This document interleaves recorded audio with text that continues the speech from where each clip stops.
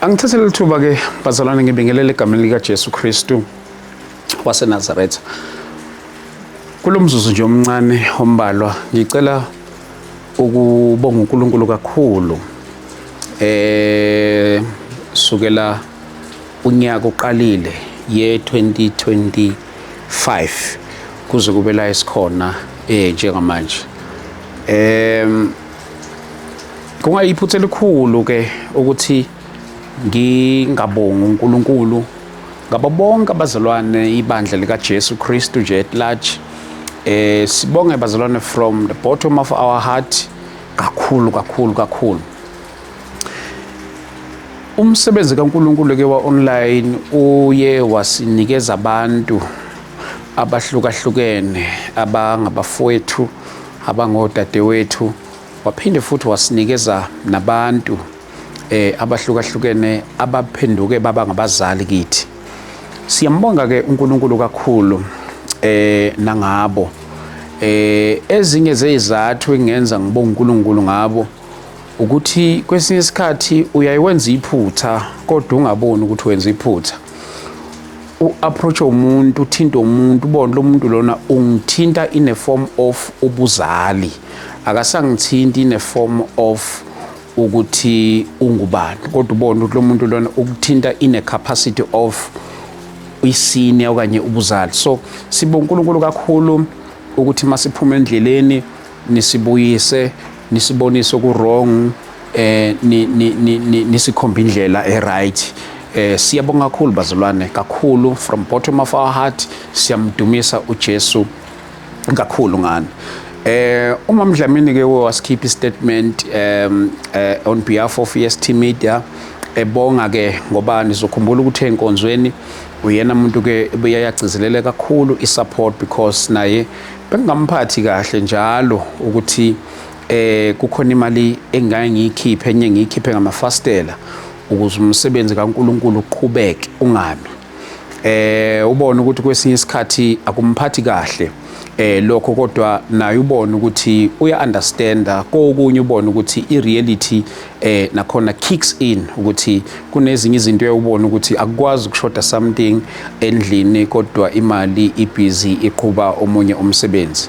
Naye ekhuluma vele in the capacity of kuba umama wasendlini, understanding izimo esihlangabezana nazo. So ngithanda ukumbonga kakhulu uNkulunkulu ke nangaye nangestatement asivezile kuyena, uyahleze egcizelela ukuthi bazalwane uyacela ukuthi ke nilule izandla ekuthenini ukuthi ake nisilekelele kakhulu ukuthi sigcine sibe neyethu indawo la khona sizokwazi ukuthi sishuthe without limits. Bese sibone kamanye ama comment ubone ukuthi akubaphathi kahle ababukeli bethu uma usuvala igest banga understand abanye baba up until baze bachazele ukuthi no, isikhathi sethu sisuke si-limited njoba kulama facility la usuke siwarenta, sisuke sirenta hourly.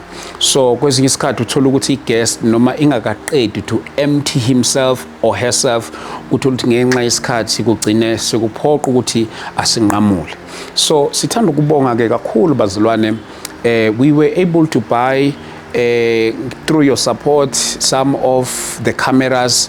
For now we only got 2 cameras. Ngokomthetho kumele sibe nama camera amathathu, but for now sisena camera amabili, but siyamkhola uNkulunkulu ukuthi siyogcina sesinawo camera amathathu, only 1 camera eshodayo. So sithanda ukubonga kakhulu bazalwane.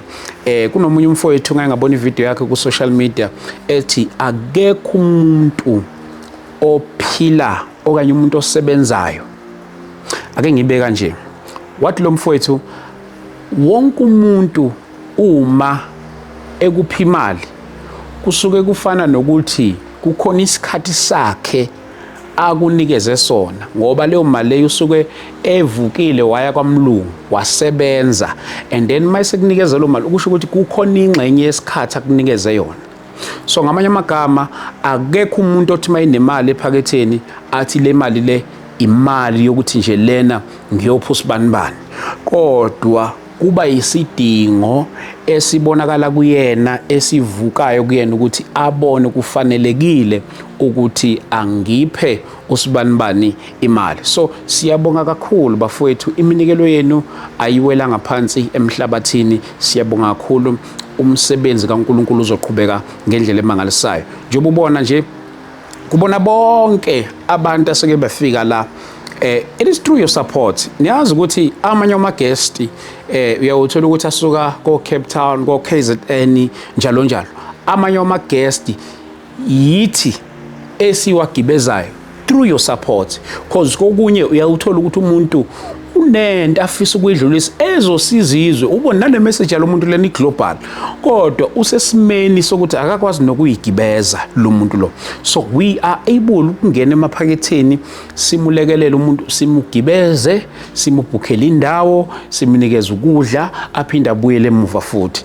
We've been doing that bazalwane bami kakhulu through your support. Ukuthi ke phela ezinye zezinto asikwazi ukuthi sithi hayi le guest njengoba niyibona la igijezo yithi, le guest njengoba niyibona la hayi ibhukhelo yithi indawo yokulala njalo njalo.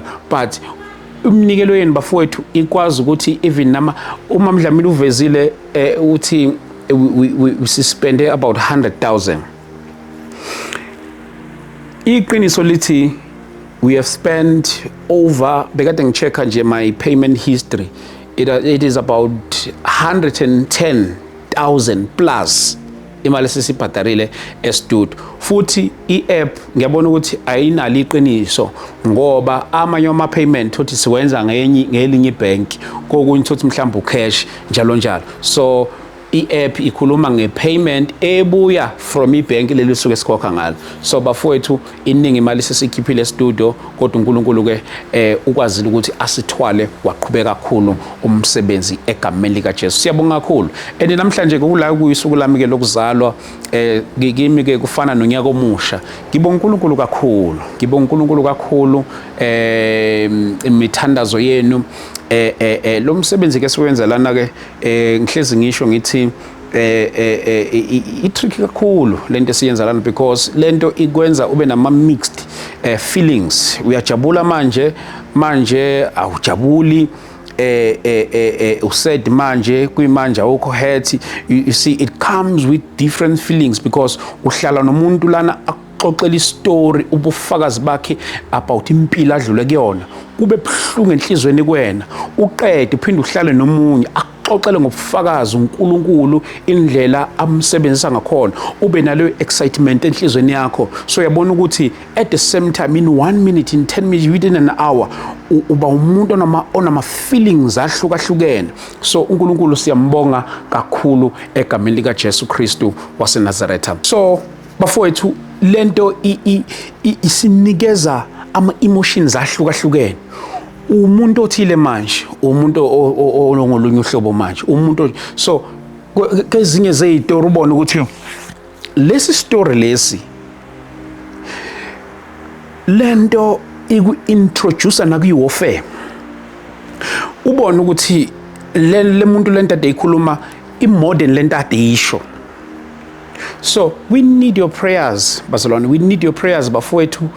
Please do support us with your prayers njalo njalo, because ezinye zazo lezinto zisi exposure empini in a spiritual war kakhulu.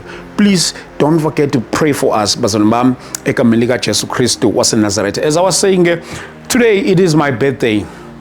Ngibonga uNkulunkulu kakhulu ngani. Ngibonga uNkulunkulu kakhulu. Ngithanda ukubonga uNkulunkulu kakhulu nalaba who always make it a point to come with constructive criticism okanye constructive comments. Akekho umuntu ke oyi ongathi mina I'm starring, I'm the man of the match, I'm who best.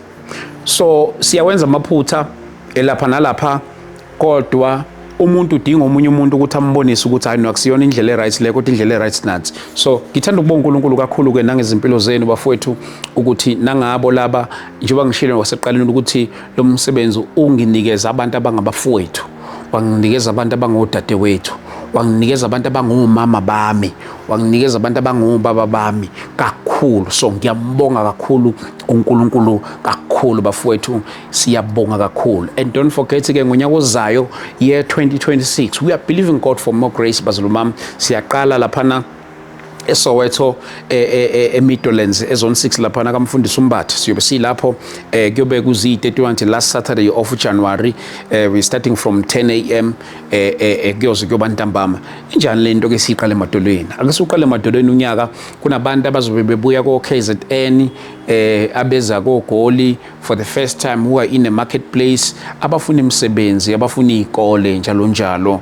Ngizothi mina it's for the first time emlandweni asikazi sawenza umhlangano ku January, kodwa lo specifically for abantu abathi sicela ukuqala emthandazweni lonyaka, sicela before ngiyemsebenzini, before ngiyela ngiyomarketa khona, ngicela ukuqala emthandazweni. So siyabonga kakhulu bafowethu namhlanje. Ngiyacela nje nami ningisize, ningifisele usuku lami. Kimi ke kufana ukuthi it's a happy new year. Siyabonga kakhulu bafowethu, uNkulunkulu kanibusise angigcine. I love you so much, so much, so much, so much. uNkulunkulu ke angigcinele wena nomndeni wakho, size sibonane futhi nangonyaka ozayo year 2026. Nginifisela unyaka omuhle nonke egameni lika Jesu Kristu waseNazaretha. God bless you. Amen. How? Also stopping on.